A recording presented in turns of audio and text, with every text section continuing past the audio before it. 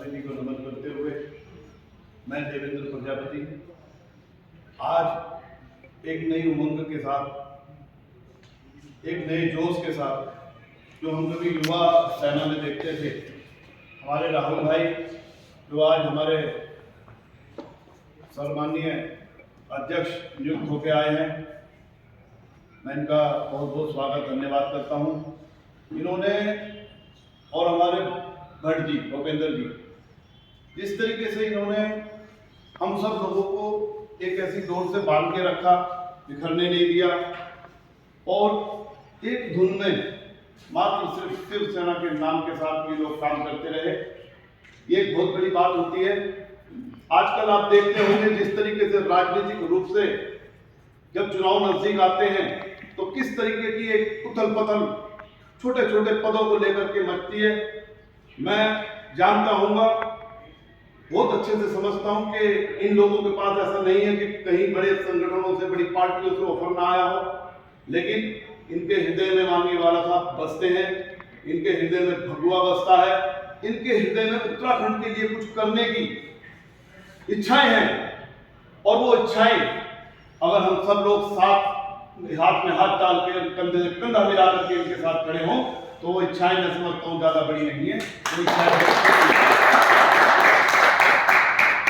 रमणीय बाला साहब ठाकरे जी कहते थे कि अधिकार कभी मांगने से नहीं मिलता। माता सीता को जब रावण उठा करके ले गया तो भगवान श्री राम ने हजारों बार उनको बोला कि ये सीता मेरी अर्धांगिनी है, मुझको लौटा दे।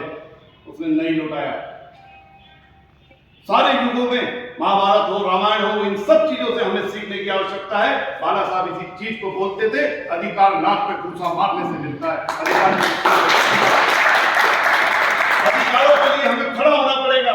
छोटे बड़े सारे चुनाव के लिए हमें व्यवस्था के साथ खड़ा होकर के, और जो चुनाव की रणनीति है, ऐसा नहीं है रणनीति हमारे पास नहीं है, हमारे पास भी रणनीतियां हैं, लेकिन एक जो शिवसेना का इंट्रोडक्शन है जो पहले से चला आ रहा है। आज जब राहुल चौहान हमारे सम्माननीय प्रदेश अध्यक्ष अपनी टीम को लेकर के खड़े हुए तो उस इंट्रोडक्शन का फर्क पड़ा है।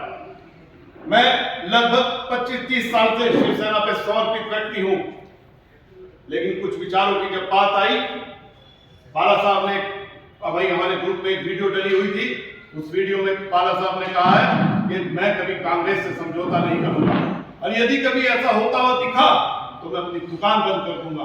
उन सब चीजों को मैंने शिवसेना से मुंह मोड़ लिया था।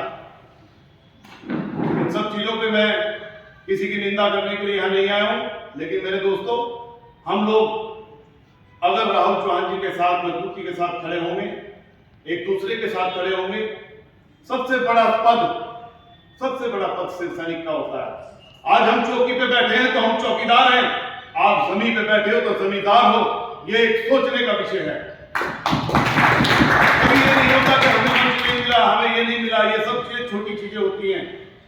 जो जमीन पे बैठा है वो जमींदार है, जो चौकी पे बैठा है वो चौकीदार है। ये सोचने का विषय है। तो इसीलिए नाक पे भूसा तैयार रखो, और इस भूसे को, मतलब आज ये सोचते थे शिवसेना तो लड़ाई करती है, लड़ाई वाली परिभाषा बोलती है, लेकिन उनके भूसे का मतलब था हम लोग अपनी चुनाव की प्रक्रियाओं में भागीदारी करें, उत्तराखंड के विकास के लिए, उत्तराखंड के अच्छाई के लिए, उत्तराखंड को नशा मुक्त करने के लिए। और एक सबसे बड़ा संकट जो आज उत्तराखंड के अंदर आ रखा है, दूसरे समुदाय के जो लोग हैं वो धीरे धीरे उत्तराखंड के अंदर पैर रखा है। हमने जो भगवा धारण किया है, ये सिर्फ इसलिए किया है कि हम हिंदुत्व को जिंदा रख सकें, हम हिंदुत्व का प्रचार कर सकें।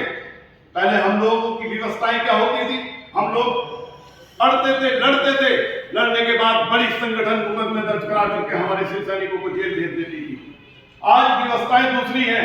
आज मेरे भूपेंद्र भाई जैसे, हमारे राहुल चौहान जैसे व्यक्ति और मेरे जितने भी प्रदेश की टीम के लोग हैं, ये आज मजबूती के साथ एक नई टेक्निकल लेकर के हमारे साथ खड़े हैं। और मैं आपसे ये वादा करता हूं, वो थोड़ा बोलते हुए, कि जो हमारे सम्माननीय प्रदेश अध्यक्ष ने और उनकी टीम ने जिस काबिल मुझे समझा है, मैं उस काबिल पे, उस पद पे अच्छे से काम करने का प्रयास करूंगा।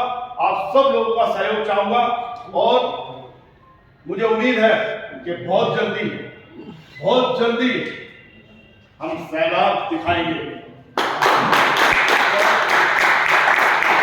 एक छोटी सी बात के साथ अपनी वाणी को विराम देता हूं कि वो मंजिल पे अपनी पहुंचेंगे जरूर, ये फैले हुए उनके पर बोलते हैं, और जो लोग खामोश रहते हैं अक्सर इस जमाने में उनके हुनर बोलते हैं।